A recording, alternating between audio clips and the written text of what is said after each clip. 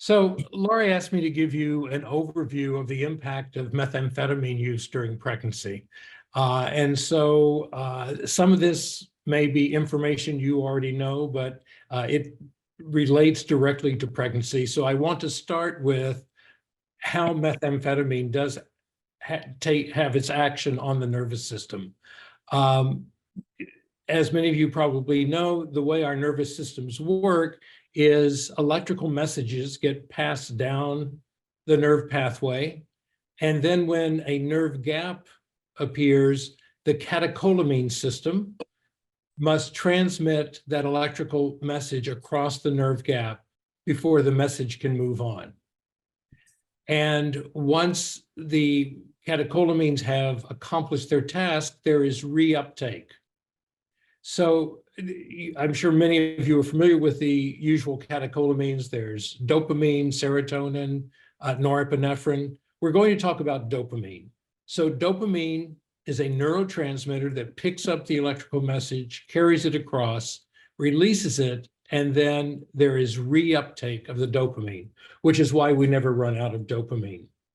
Now, so dopamine is known as the regulatory center of the brain. So if I want my fingers to wiggle, I'm sending that electrical message to my fingers, and then through reuptake, my fingers stop wiggling.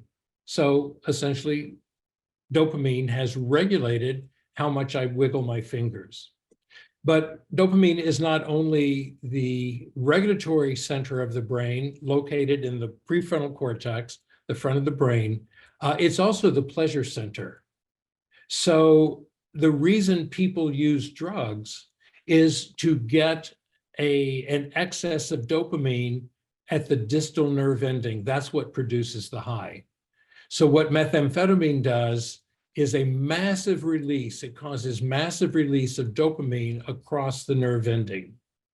I could take you, here's just cocaine. Dopamine is released at normal levels, but cocaine blocks dopamine reuptake. Marijuana, opiates, any drug you want to name, the purpose is to get high dopamine levels. Now, methamphetamine is a big player in this. Now, if we were to take a break right now and you went out and had a bite of food, and it doesn't matter what kind of food, food raises dopamine levels about 125%. Now, if we took a break and you went out and had sex, sex raises dopamine levels about 150 to 175%. So you can see there's not that much difference between eating and having sex. But then if you smoke a cigarette, nicotine raises dopamine levels 200%, cocaine and opiates about 300%, methamphetamine raises dopamine levels a little over 1,000%. So that's why methamphetamine is so popular, because you get this massive release of dopamine. So dopamine is the regulatory center, the pleasure center, and then it has a third action. Dopamine acts on smooth muscle to cause smooth muscle to contract, which is why the first thing that happens when somebody uses, for example, meth, is that you get a rapid heartbeat because the heart is all smooth muscle. The other place there's smooth muscle is around the arteries. So you get constriction of arteries. And think about it for a minute. If you've used meth, your heart's beating fast, your blood vessels constrict down, what happens to blood pressure? It shoots up. So when somebody dies of a methamphetamine overdose, it's usually cardiovascular, either a heart attack or a stroke. Now, half the population of the world has an organ that's all smooth muscle, and it's called the uterus. So that when a pregnant woman uses methamphetamine, she immediately gets contractions of the uterus, which is why there's such a high rate of prematurity in the infants. So if you go into your hospitals in Sacramento, you'll find relatively high rates of premature babies, and that's defined as any baby that's born before 36 weeks gestation. So you'll see high rates of prematurity and also low birth weight babies. Low birth weight is defined as less than 5 pounds, 8 ounces at birth. And what happens, some very interesting studies have been done up in the New York area. Researchers injected pregnant sheep, with cocaine, and then they injected them with methamphetamine. And what they showed is when you inject the drug into the pregnant mother sheep, you get not only contractions of the uterus, but the umbilical arteries that move the blood from the mother to the fetus constrict down. And so they measured oxygen levels in the fetus. And what they showed is every time the mother got a hit of cocaine or methamphetamine, the fetus became hypoxic. It basically started strangling. It couldn't get enough oxygen, which is why the babies are so low birth weight. They then let the mother and the fetus recover, and then took the drug and injected it directly, went up through the cervix and injected it directly into the fetus. And what they showed from this research is the effect on the unborn child is worse if you give it to the mother than if you give it directly to the fetus, because many of the effects of the methamphetamine are due to this lack of oxygen supply to the fetus. You also get failure to thrive. That's when a baby is born and he doesn't gain weight appropriately. And the main reason there with methamphetamine exposed infants is when they're born, they're so neurologically overloaded from the methamphetamine that the only way they can protect themselves is by shutting down. And so they don't wait to feed. They sleep a lot. I've had 3 infants that died of starvation in the first 2 weeks of life because the babies never woke up to feed, and the mothers were using meth and weren't paying attention. The other issue is dysmorphology. Now, malformations is when at the time of conception, the organs don't form normally. Dysmorphology is when the organs form normally initially, but then something happens during the pregnancy that disrupts the normal development of the organs. Now, this is an animal study where the mother rat was injected with the drug, and then 24 hours later, the baby rat was delivered, and you can see all the hemorrhaging, the damage from the vascular damage from the injection of the drug into the mother. Now, the question, I'm going to stop here just briefly. Do you have any questions? I'm going so fast. I hope I'm giving you at least some understanding. There were a couple of questions in the chat, Dr. Chasnoff. Okay. Go ahead. Oh, let me see here. So I can try and pull it up there. I got it. Yeah. Okay. Yeah. Oh, does food raise dopamine because of the action of chewing and eating the food? No, food is just a stimulant. It makes us feel good. It acts on the prefrontal cortex of the brain to release dopamine. Does it cause an increase in miscarriages? Yes, whoever picked up on that, very good. Yeah, if you use meth early in pregnancy, it will cause an early abortion. So many women who are using meth never even know they're pregnant. Now, later in pregnancy, it depends on what stage you are in pregnancy. It's called either an abortion, or then it moves into a miscarriage, and then into stillbirths also. But all of those occur because in relation to methamphetamine use. So the pregnancy outcomes are terrible. I have been working the last couple of years on a reservation in South Dakota, and the rate of stillbirths was extraordinarily high. And so we've been doing a lot of prevention work and have reduced the rate of stillbirth significantly there. But it takes a lot of hard work. It takes a community-wide effort.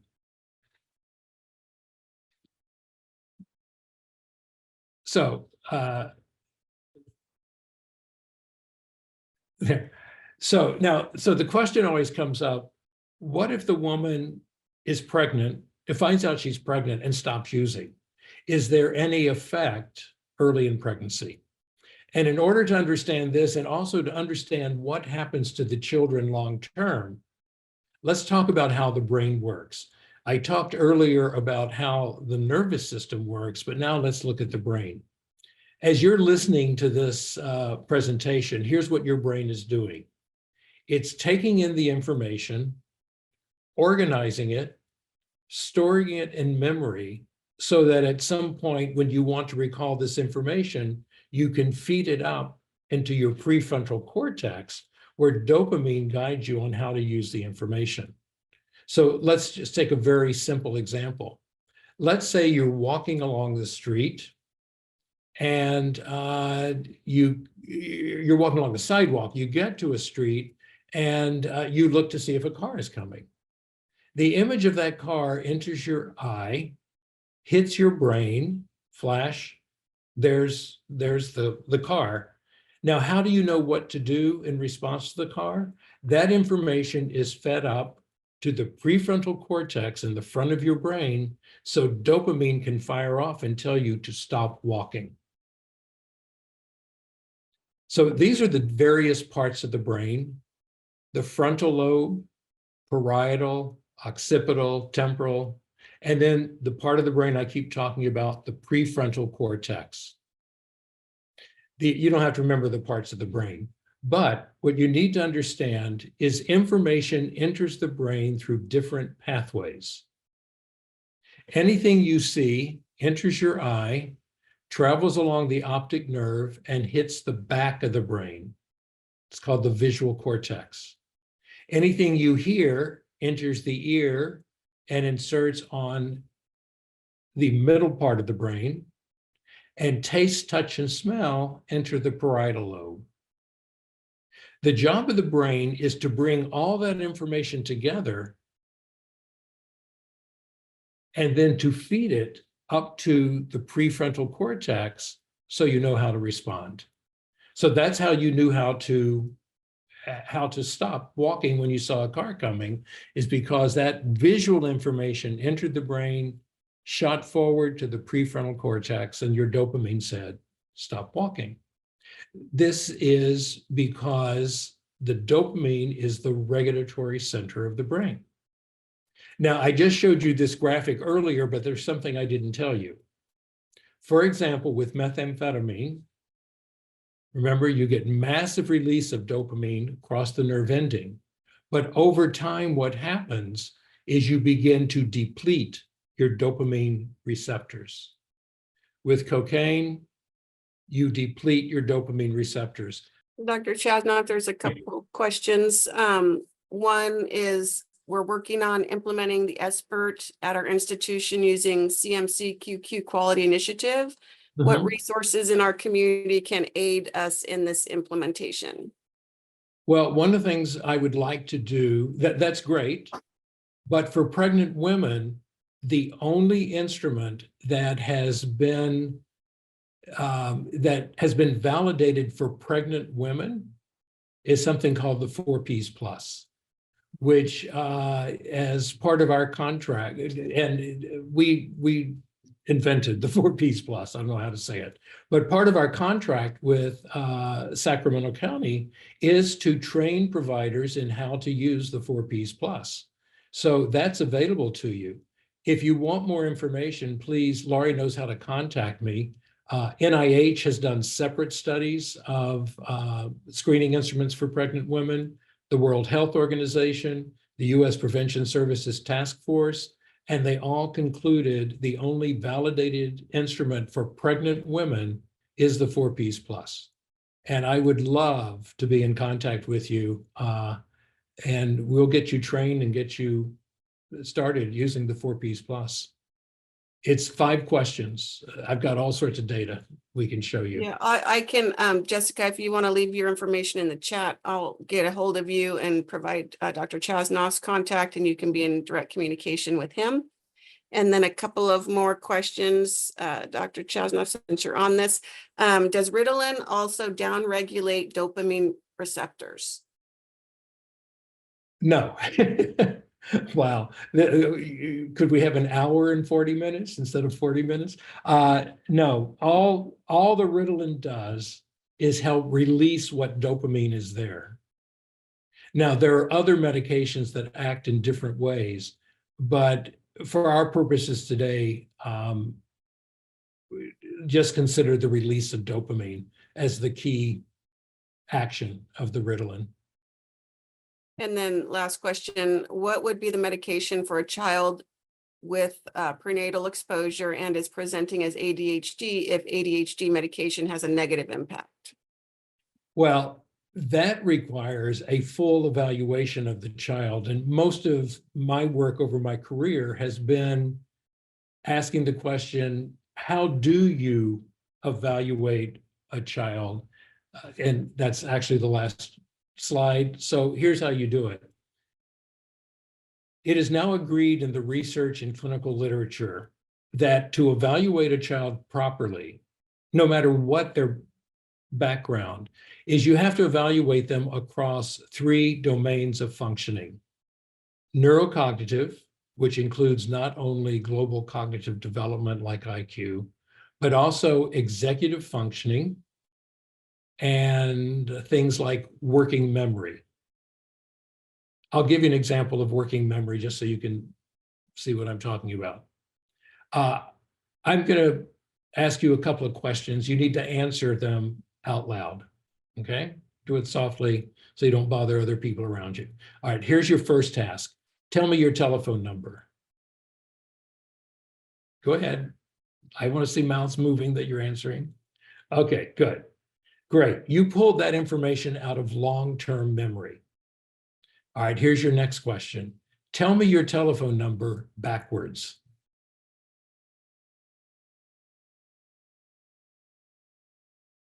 Okay, now, Melissa, I hope you don't mind, but you happen to be up on my screen and I saw what you did.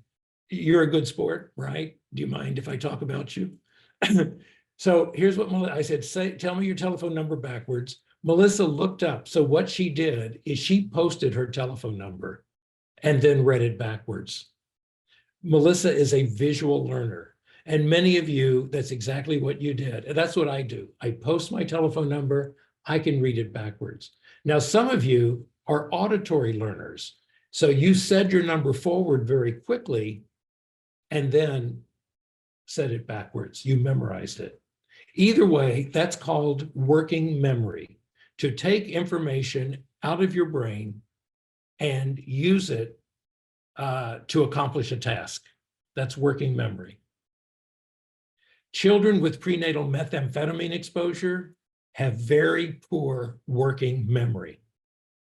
But so they say, so you say, okay, poor working memory, these other things, he was exposed to meth, I'll put him on Ritalin, but it doesn't work or he gets worse. So the next thing you do is this next task I'm going to give you. You ready? Tell me your telephone number backwards. Okay, see, what you're going to have to do is you're going to have to go through that whole process again, because you knew knowing your telephone number backwards is not important, so you threw it away. You didn't put it into long-term memory. So when we're evaluating children, of course, the tests are much more sophisticated than what I just did with you, but children with prenatal methamphetamine exposure have poor working memory, but they do a pretty good job of moving information from short-term into long-term memory. A characteristic of alcohol-exposed children is they have poor working memory, but they also have great difficulty moving information from short-term to long-term. So we can do neuropsychological tests that begins to decipher that to tell us what we're dealing with. We get into self-regulation. That's the ability to regulate behavior and emotions. And then we get into adaptive functioning, which is communication, which is social skills, which is knowing how to tell time. Adaptive functioning deficits are characteristic of alcohol-exposed children. Children with prenatal methamphetamine exposure have very good adaptive functioning. So in answer to your question, how do you know what medications to use? I look at it from the perspective of we do neuropsychological testing, and then we decide what part of the brain we need to treat. Is it the prefrontal cortex alone, or is there limbic system involvement, which is the middle part of the brain that we haven't talked about tonight at all? So eventually, someday, I would love if in Sacramento County, we had clinical teams that knew how to do these kinds of assessments so children do get the correct diagnoses. We published an article just about 3 years ago now. We took 3,000 drug and alcohol exposed children that had been referred to our clinic, and we looked at what their diagnoses were when they came to us and what their diagnoses were after we did our full evaluation. What percent of children do you think are misdiagnosed? 85.6%. And of all the children that got sent to us on medication, 90% of them we took off medication because they didn't need medication. They needed the kind of therapy that we provide. So that's why in the big picture, this is so important. Methamphetamine, yes, it has tremendous implications for pregnancy, prematurity, low birth weight. I told you about that, but it has even greater implications when you start looking at the school system. And we just last month published an article on the opiate epidemic and looked at children from across the United States, 6,000, I believe it was 6,000 children. And we looked at children with prenatal opiate exposure and compared them to their siblings with no exposure. And we showed that the need for special education in opiate exposed children is 2.1 times higher than their siblings who were not exposed. So doing the study in that way, we controlled for genetics and home environment. So that article just came out. It's making quite a splash in the medical community. But those are the kinds of things that we need to bring into Sacramento County. We need to look at these issues because every system you can name is being affected by prenatal methamphetamine exposure and other exposure. And that's the whole purpose of Healthy Beginnings. So I'm going to put in a little plug here. When we came, and I have to give credit, we were trying to come up with the name, and Laurie was the name that came up with the name Healthy Beginnings, which is a perfect name. So Laurie, thank you. But we want Sacramento families to thrive. So our mission is to promote a healthy and safe environment for families and children through outreach and education for professionals and community members. And we have specific goals around prevention, education. Let's skip that. And so really, I invite you to go to our website. And we have created not only a website that is full of great information, but also it links to a whole big social media campaign, which also links into Safer Sacramento. And I have to brag on our social media team. Just last, I don't know, a few months ago, Sacramento County won an international award for a social media campaign about fentanyl, which is part of the Safer Sacramento. The first place winner was the United Nations. Third place was MTV, and we won the silver medal for the social media campaign. So that's pretty cool for a California county to get recognized that way. So I'm out of breath. I've been talking so fast, but I hope I've given you at least a taste of what methamphetamine can do. And most importantly, there is prevention, there is intervention. And that's what Healthy Beginnings is all about. Thank you. Thank you, Dr. Chasnoff. A couple more questions in the chat for you. If we would like to read the article, where can we find it?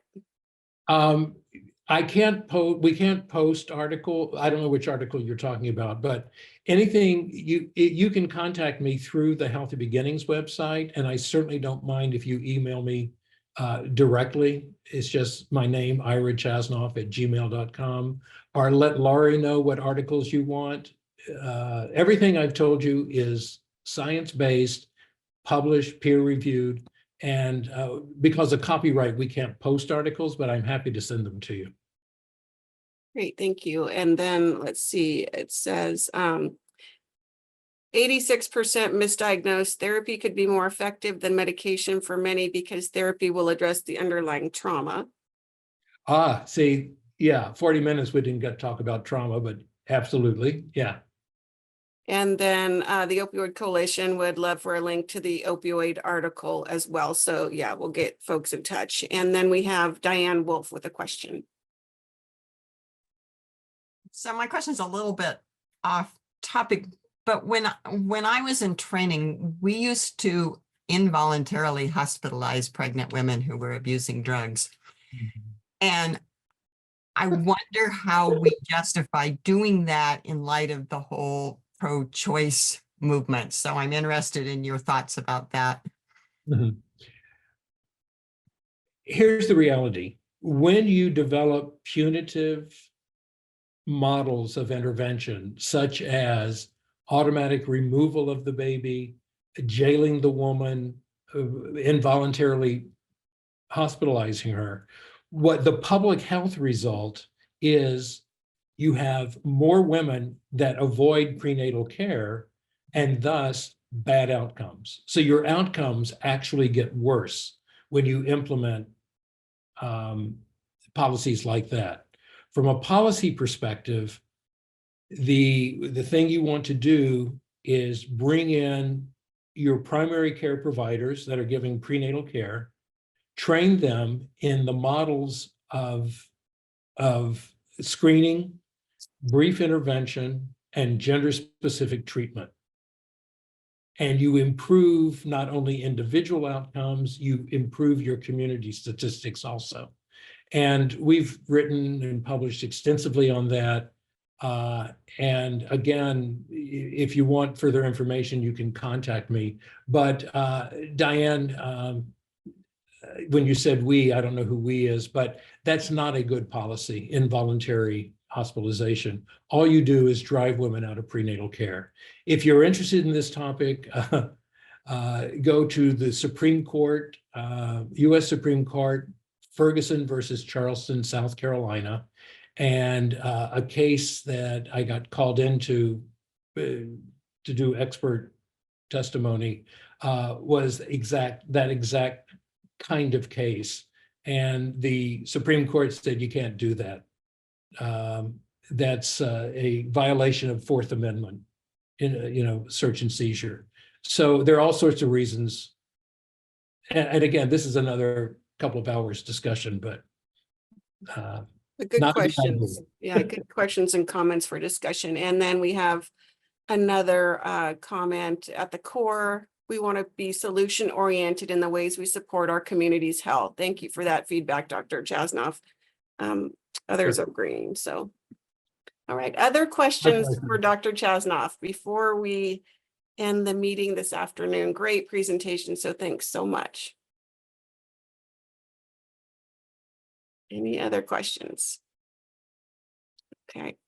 I know folks are appreciating your time. I certainly am, that you are a partner at this in the Healthy Beginnings and Safer Sacramento initiatives and projects. And we will make sure we get information out to those who wanted it. And certainly they can contact you through the Healthy Beginnings site. But I want to thank you directly, Dr. Chasnoff, as well as Albert Tittman for joining us this afternoon and giving us your time and expertise in these particular and very different topics for our Meth Coalition. So thank you all very much for joining, and we hope to see you at the next meeting.